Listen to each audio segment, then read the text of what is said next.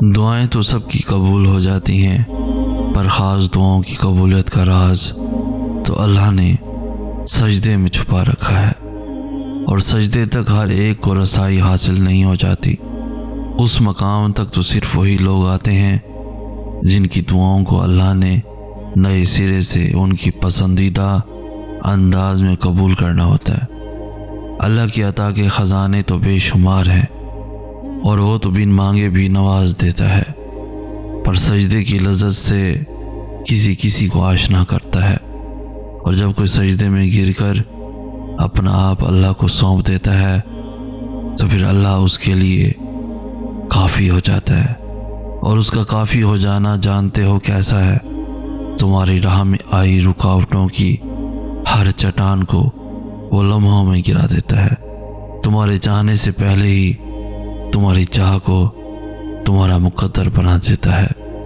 تمہاری دعا میں ہاتھ اٹھنے سے پہلے ہی دعاؤں کو قبول فرما لیتا ہے۔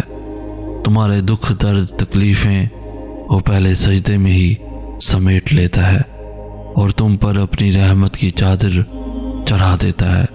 وہ فرشتے ہو کر بھی اتنا قریب نہیں ہوتے اس سے جس طرح دوران سجدہ اللہ تم سے قریب ہوتا ہے، اور تم اپنے رب کے اتنا قریب جاؤ اور وہ تمہیں خالی ہاتھ لوٹا دے، ایسا تو ہرگز نہیں ہوتا۔ مصیبت پڑتے ہی فوراً دائیں بائیں نہیں بھاگتے، ایک کو کال، دوسرے کو میسج، تیسرے شخص سے فریاد، چوتھے کی منت نہیں کرتے۔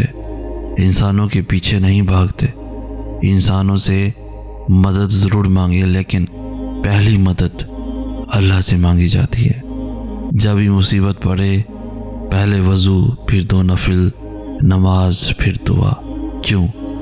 کیونکہ سب سے پہلے آپ نے اللہ سے مدد مانگنی ہے۔ انسانی کانٹیکٹس، انسانی رشتے، پیسہ، کوشش، یہ سب بعد میں آئے گا، پہلے رب آتا ہے۔ ہماری گنتی الٹی چلتی ہے، ہم پہلے انسانوں کی طرف بھاگتے ہیں۔ وہ امید دلا دیں تو ہم سکون میں آ جاتے ہیں، وہ امید نہ دلائیں تو ہم مزید انسانوں کی طرف بھاگتے ہیں، اور اگر کچھ نہ بنے تو ہم اللہ سے دعا مانگتے ہیں، اور پھر انسانوں سے رابطہ کرتے ہیں۔ اور اب جس نے آسمان اور زمین جیسے بڑے بڑے کام کیے ہیں، وہ آپ کا چھوٹا سا کام نہیں کروا سکتا کیا؟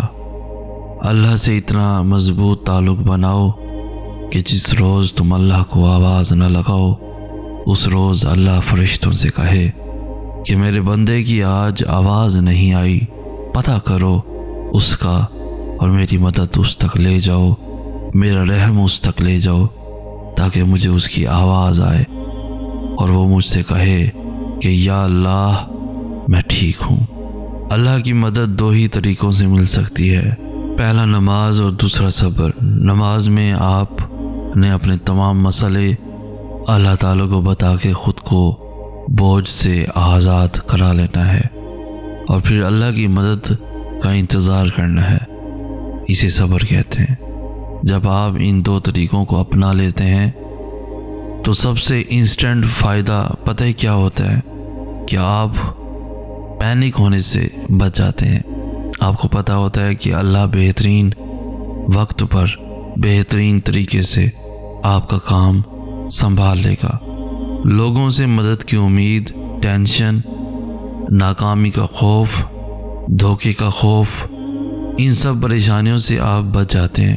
آپ کا سارا فوکس صرف اللہ ہو جاتا ہے، اور یاد نہیں، یہی مقصد نہیں تھا آپ کے اور میرے اس دنیا میں آنے کا۔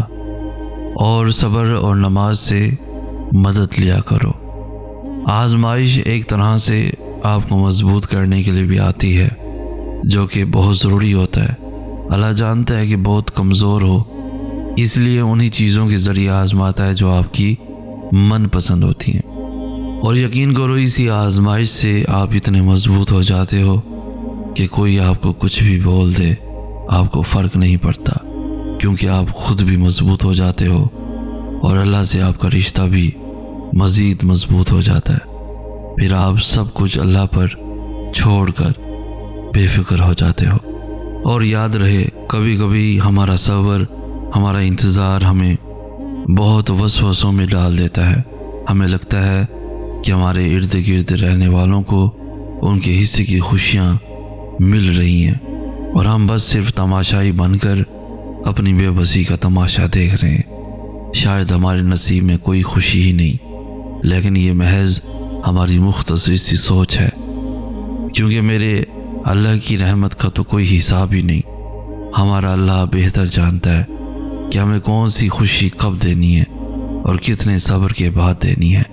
ہم اکثر اپنے اللہ سے پھول مانگ رہے ہوتے ہیں اور وہ ہمیں نہیں دیتا، کیونکہ وہ جانتا ہے یہ پھول ہمارے لیے بہت نقصان دہ ہے، اور پھر وقت آنے پر وہ ہمیں پھولوں کا گلدستہ عطا کر دیتا ہے۔ بے شک میرا اللہ بہت محبت کرنے والا ہے۔ کبھی سوچا ہے دوسروں کو اپنی باتوں سے حوصلہ دینے والے خود کتنا ٹوٹے ہوئے ہوتے ہیں؟ دوسروں کو ہنسانے والے خود اندر ہی اندر کتنا رو رہے ہوتے ہیں؟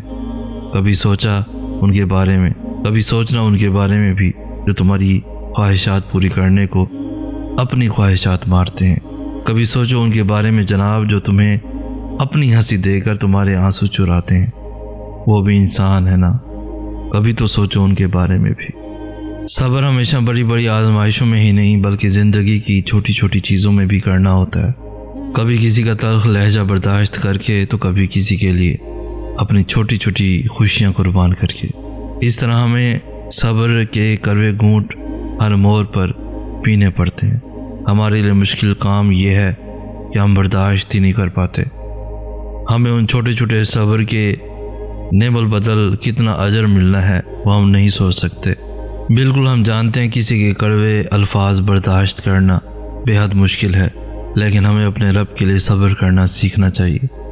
صبر کا دامن تھامے رکھنا چاہیے۔ بے شک وہ ہمارے ہر آنسو، ہر تکلیف، ہر پریشانی، ہر صبر سے واقف ہے، اور بے شک اللہ صبر کرنے والوں کے ساتھ ہے۔ عزت اور ذلت دینے والا صرف اللہ ہے۔ ہم انسان کسی کا کچھ نہیں بگاڑ سکتے۔ آپ کیا سمجھتے ہیں لوگ آپ کو برا بھلا کہیں گے تو آپ رسوائے زمانہ ہو جائیں گے؟ آپ پر تہمت لگائیں گے تو آپ کی عزت چلی جائے گی؟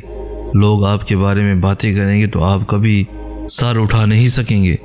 سنیں، لوگوں کا تو کام ہے باتیں کرنا۔